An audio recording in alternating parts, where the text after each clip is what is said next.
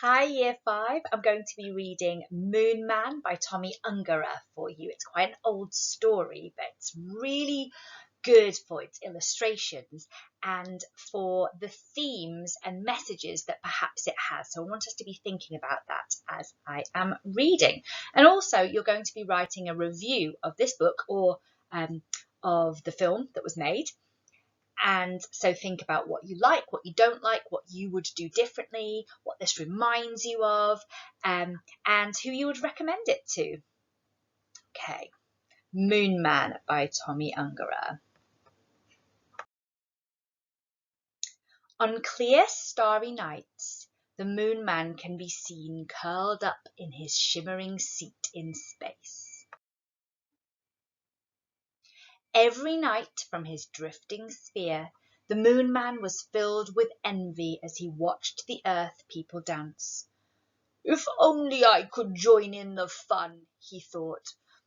"Life up here is such a bore."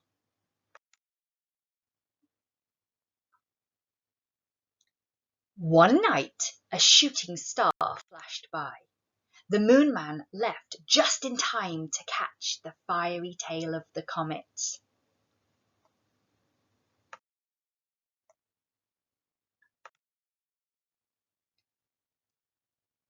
The night creatures of the woods fled in terror at the loud crash of the falling star. The noise brought hundreds of people from a nearby town. Soldiers sped to defend the earth. Firemen hastened to drench the flaming light. The ice cream man hurried up to set his stand up for the spectators.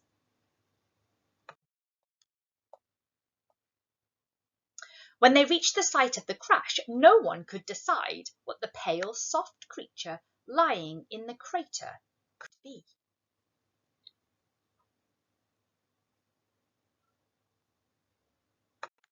Government officials were alerted.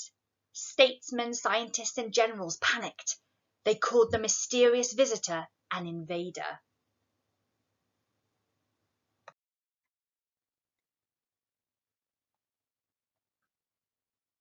The Moon Man was thrown in jail, and a special court conducted a criminal investigation. Poor Moon Man. His hopes of dancing among the merry crowds and bright lanterns were crushed.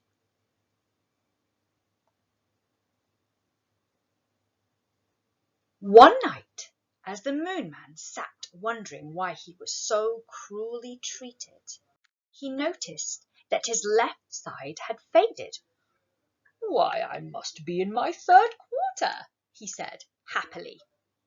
Every night as the moon grew thinner and thinner, so did the Moon Man, until at last he was able to squeeze through the bars of his window. When the chief of the armed forces came to see the captive, he found the cell empty. The general was furious.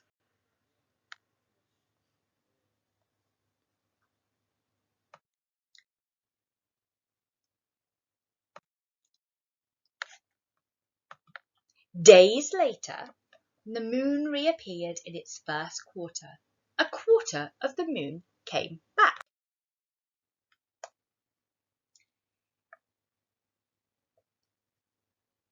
And 2 weeks later, he had become full again, with the freedom to wander as he pleased.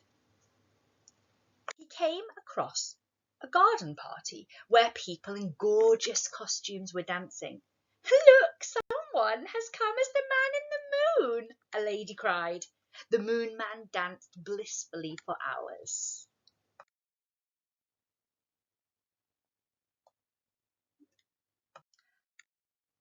Alas, a grumpy killjoy complained of the late-night music to the police. Scared by the sight of the guns and uniforms, the Moon Man dashed off to the nearby woods. But he was spotted by the policeman and a wild chase began.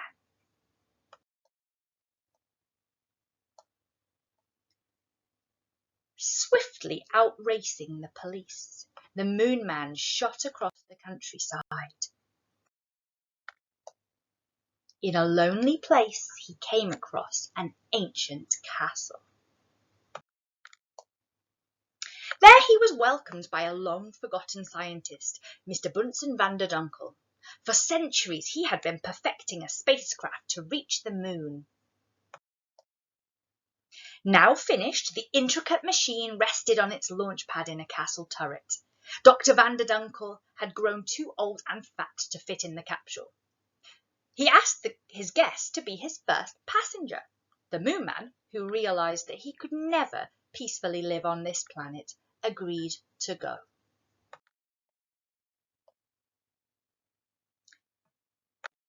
Dr. van der Dunkel decided to wait for the moon to enter its third quarter. By then, the Moon Man will have grown small enough to fit in the capsule, he thought.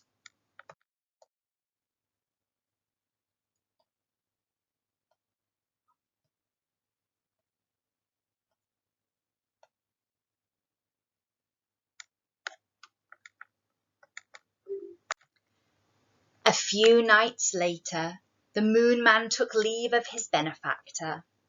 With tears in their eyes, they bade each other farewell. Then the Moon Man blasted off with a roar of rockets.